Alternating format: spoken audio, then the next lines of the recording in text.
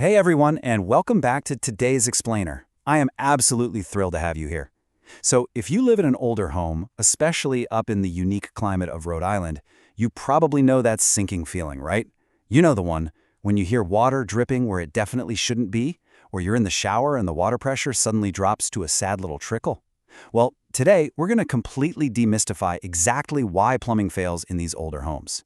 We're looking specifically at the unique challenges faced by properties in North Smithfield, unpacking the environmental science and that aging infrastructure hidden right behind your drywall.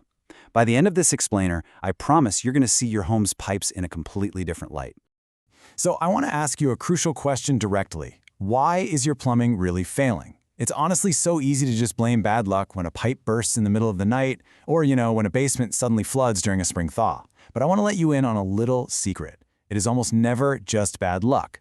Actually, what we're really dealing with here is environmental science colliding head-on with historical building practices. Your home is essentially its own little ecosystem, and it is constantly battling the raw forces of nature outside its walls.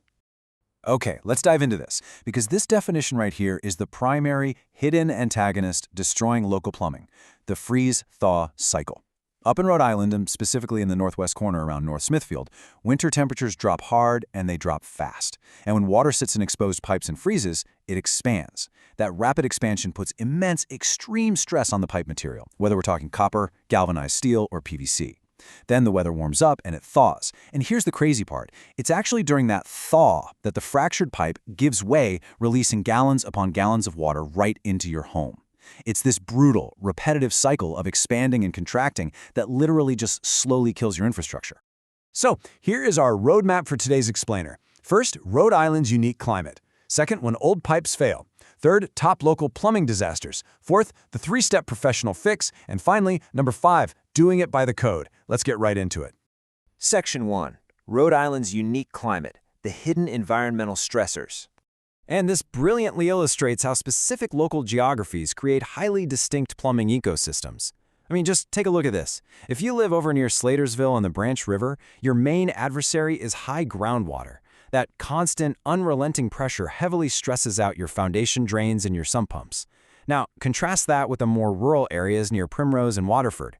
Their big risk factor is hard well water, which brings in loads of calcium and magnesium. The result? This heavy, crusty mineral scale that aggressively clogs up your fixtures. And then, over in Forestdale, the heavy clay soil mixed with glacial till actually shifts around with seasonal moisture, which ends up cracking your underground sewer lines.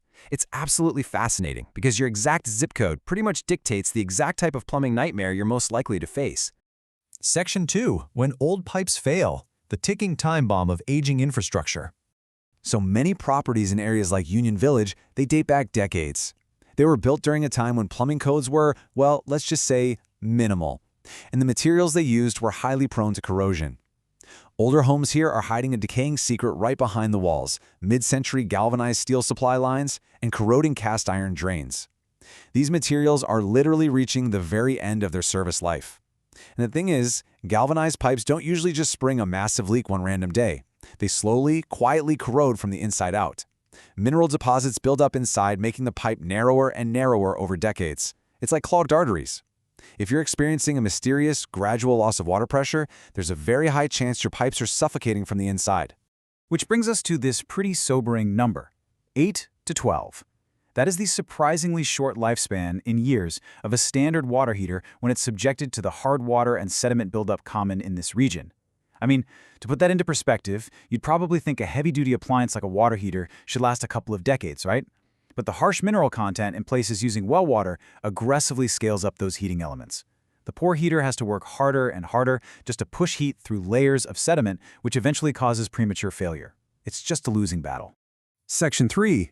Top local plumbing disasters. The visceral reality of failure. 55 degrees. That's not a suggestion, folks. That is the absolute bare minimum thermostat temperature you must maintain to prevent the pipes in your unheated basements, crawl spaces, and exterior walls from freezing during a cold snap.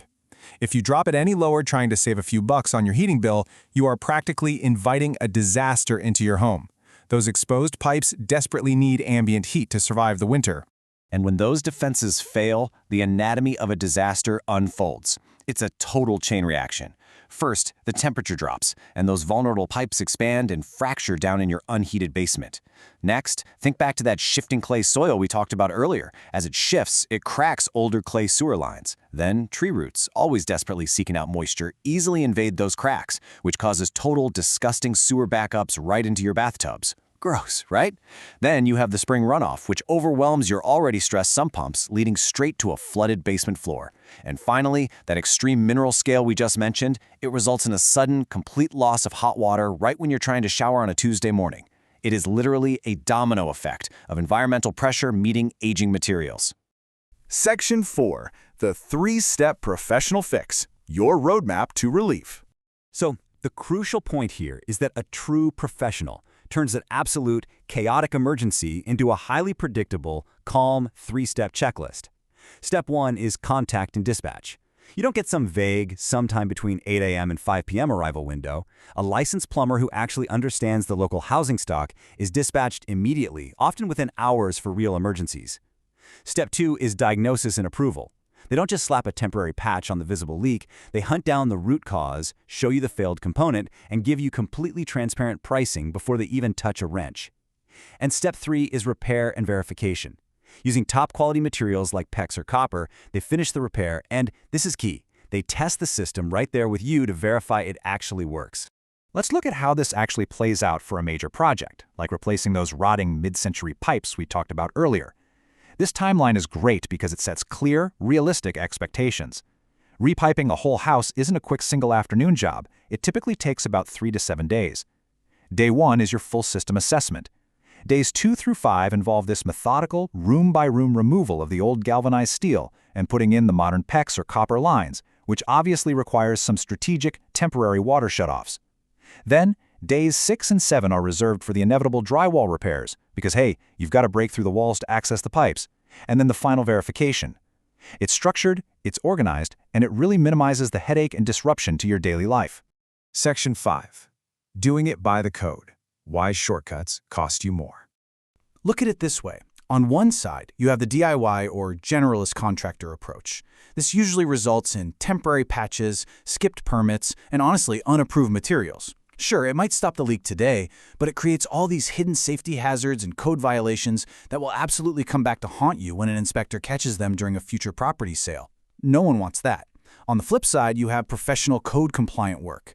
This means actually pulling the required permits. It means installing crucial things like thermal expansion tanks on closed municipal water systems, making sure there's a precise 1/4 inch per foot drain slope so gravity does its job, and delivering a permanent solution that actually adheres to Rhode Island's strict amendments to the International Plumbing Code. I absolutely love this quote right here. Our work passes inspection the first time because we do it to code, not to shortcuts. This completely reframes how we should all be looking at home maintenance. Doing things right isn't just about fixing a leaky pipe, it's about long-term value. It ensures your home's vital infrastructure is genuinely safe, highly efficient, and fully prepared for any real estate transaction down the line without all those massive, costly delays. Which leaves us with this final, really important question to ask yourself as we wrap up today's explainer. Is your home's plumbing a ticking time bomb of corroded pipes and sketchy DIY fixes? Or is it a code-compliant fortress, ready to handle absolutely everything the Rhode Island winter throws at it?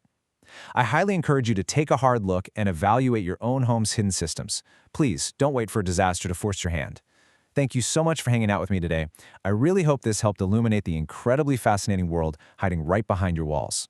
Keep learning, keep asking those great questions, and I'll catch you in the next explainer.